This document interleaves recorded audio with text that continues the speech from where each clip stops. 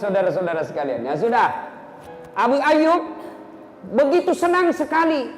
Kata Umar, Abu Ayyub, kami lapar ini di rumah. Makanya kami datang ke rumahmu. Kamu kan orang kaya.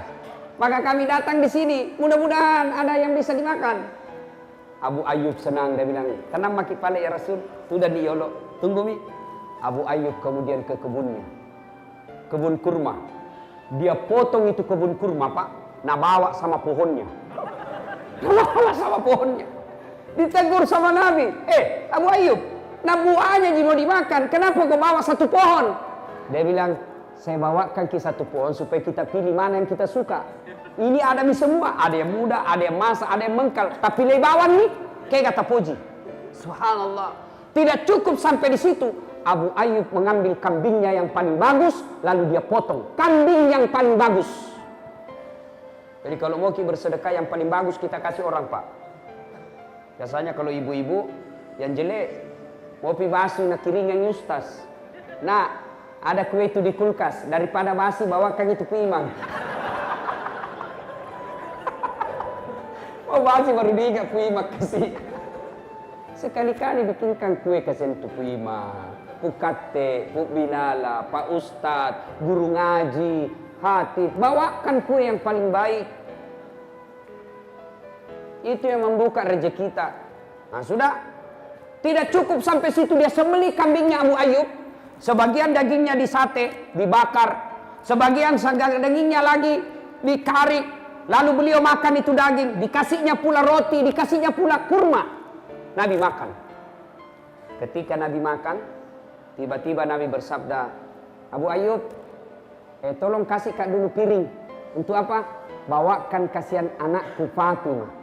Sudah lama kasihan tidak makan enak itu anakku. Bawakan sebagian ke rumah. Masya Allah. Ini suami yang baik. Makan enak di luar, tidak lupa anak dan istri. Bisa kayak begitu, Pak. Biasanya kita pura-pura lapar kalau sampai di rumah. Suruh makan sama istrinya. Oh, kenyang jak sedikit ini sayang. Kenapa? Nah traktir kak tadi temanku makan. Padahal dia traktir temannya. Makan suami yang baik. Makan enak, dia tetap ingat anak istrinya di rumah. Itu Abu Ayyub, Rasulullah. Sudah, Nabi makan. Begitu Nabi makan, diambil daging, diambil roti, diambil kurma, lalu diangkat. Ya kira-kira seperti ini. Nabi angkat seperti ini. Nabi lalu bersabda, saudara-saudara sekalian, tadi kita keluar rumah dalam keadaan lapar. Tadi kita keluar rumah dalam keadaan perut kosong. Tapi Alhamdulillah, segala puji bagi Allah, kenyang maki semua. Mana nih watata? Ada semua misinya perut tak? Kata Nabi. Nabi mengulangi sampai berkali-kali. Tapi ingat, tidak setetes pun, tidak sesuap pun, tidak sekunyah pun yang masuk di leher tak, yang lewat di leher ini bebas dari tanggung jawab kita di akhirat kelak. Semua yang masuk ini nanti dimintai tanggung jawabnya di hadapan Allah Subhanahu wa taala. Kejadian inilah kemudian turun firman Allah. Bismillahirrahmanirrahim. Al-yawma nahtimu ala afwahihim wa tukallimuna aydihim wa tashhadu arjuluhum bima kanu yaksibun. Sadaqallahul azim.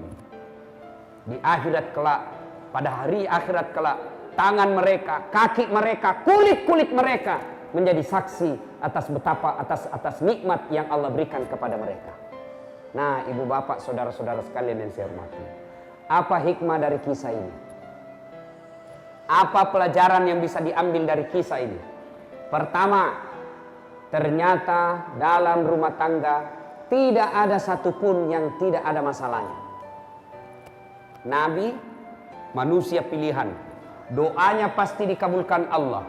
Doa apapun beliau minta pasti dikasih Allah. Tapi ternyata dalam rumah tangga beliau pun sering mengalami kelaparan. Nabi itu lapar juga. Apalagi kita, dalam rumah tangga pasti ada masalah. Contoh, sebelum menikah, setelah menikah, apa masalah kita?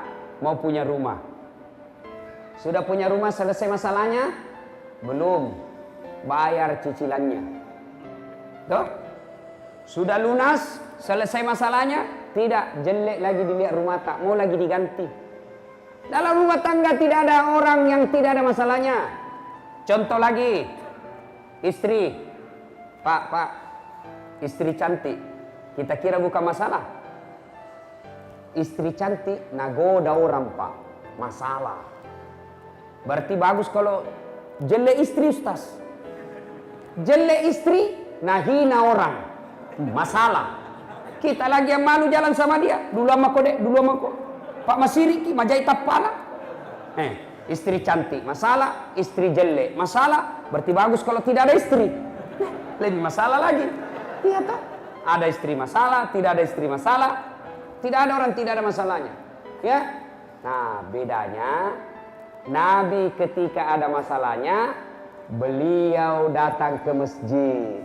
Coba Umar, Abu Bakar lapar di rumahnya, kepanasan di rumahnya, kemana? Datang ke masjid. Berarti kalau ada masalah dalam rumah tangga, datang ke masjid mengadu kepada Allah. Tapi kita ada masalah ke masjid, bukan. Ada masalah doa, bukan.